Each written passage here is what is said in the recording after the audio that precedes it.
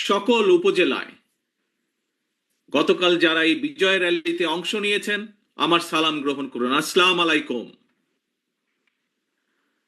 প্রিয় দেশবাসী, ফ্যাসিস্ট মুক্ত বাংলাদেশে জনগণের সরাসরি ভোটে জনগণের কাছে দায়বদ্ধ, জনগণের কাছে জবাবদিহিমূলক একটি গণতান্ত্রিক সরকার প্রতিষ্ঠার লক্ষ্যে অন্তর্বর্তীকালীন সরকার গতকাল জাতীয় নির্বাচন অনুষ্ঠানের একটি সময়সীমা ঘোষণা করেছে।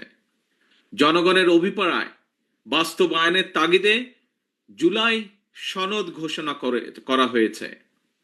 জনগণের অভিপ্রায় বাস্তবায়নের এইসব উদ্যোগকে আমরা স্বাগত জানাই।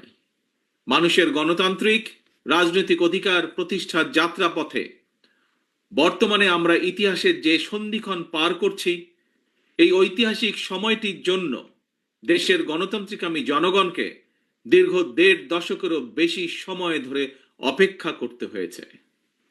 উপস্থিত ভাই বোনেরা, ফ্যাসিবাদ বিরোধী দীর্ঘ সময়ে এই আন্দোলনে আমরা আমাদের হাজারো সহকর্মী সহযোদ্ধাকে হারিয়েছি।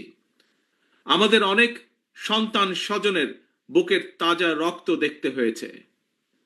বঞ্চিত হয়েছেন বাবা মায়ের জানাজা থেকে অনেকে। সন্তানকে ধরে নিয়ে যাওয়া হয়েছে, স্ত্রীর সামনে থেকে স্বামীকে ধরে নিয়ে যাওয়া হয়েছে, সন্তানের সামনে থেকে পিতাকে ধরে নিয়ে যাওয়া হয়েছে। গুম হয়ে যাওয়া এখনো বহু সন্তান পিতার জন্য অপলক চোখে অপেক্ষা করছে। প্রিয় ভাই বোনেরা, ফ্যাসিবাদ বিরোধী আন্দোলনের সময় বিএনপি সহ বিরোধী দল এবং মতের নেতাকর্মী সমর্থকদের বিরুদ্ধে লক্ষ লক্ষ মিথ্যে এবং রাজনৈতিক উদ্দেশ্য প্রণোদিত মামলা দেওয়া হয়েছে। বিএনপির এমন নেতাও রয়েছেন যাদের বিরুদ্ধে শতাধিক 200-300 মামলাও রয়েছে, এমনকি 4 শতাধিক মামলা রয়েছে। গুম অপহরণের শিকার হয়েছেন বিএনপি সহ বিরোধী দলের শত শত রাজনৈতিক নেতা কর্মী। শুধুমাত্র 2024-এর গণ অভ্যুত্থানে 1,500-এরও বেশি মানুষকে হত্যা করা হয়েছে।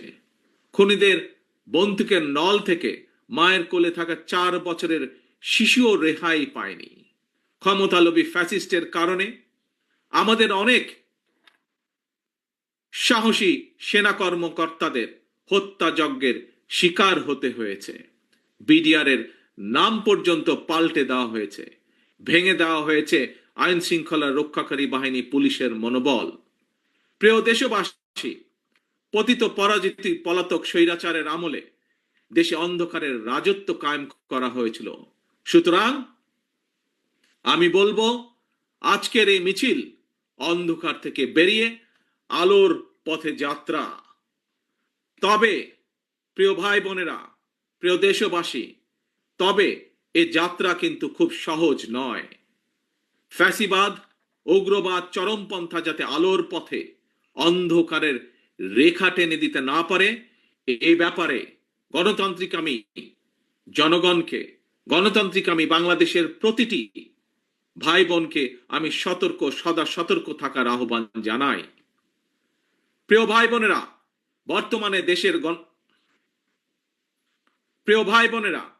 বর্তমানে দেশের গণতান্ত্রিকামী জনগণের সামনে নিজেদের অধিকার প্রতিষ্ঠার এক অপার সম্ভাবনা এবং সুযোগ তৈরি হয়েছে। আমরা যদি এই সুযোগকে কাজে লাগিয়ে দেশে জনগণের রাজনৈতিক শক্তি প্রতিষ্ঠা করতে পারি, জনগণের রাজনৈতিক এবং অর্থনৈতিক ক্ষমতা নিশ্চিত করতে পারি, তাহলে ভবিষ্যতে আর কেউ ফ্যাসিবাদ প্রতিষ্ঠা করার সুযোগ পাবে না, দেশকে তাবেদার রাষ্ট্রে পরিণত করতে পারবে না। আমাদের ভাই বোন সন্তান স্বজনদের জীবনের বিনিময় আমাদেরকে আর কখনো 2024-এর মতন 24 দেখতে, রক্তাক্ত 24 দেখতে হবে না।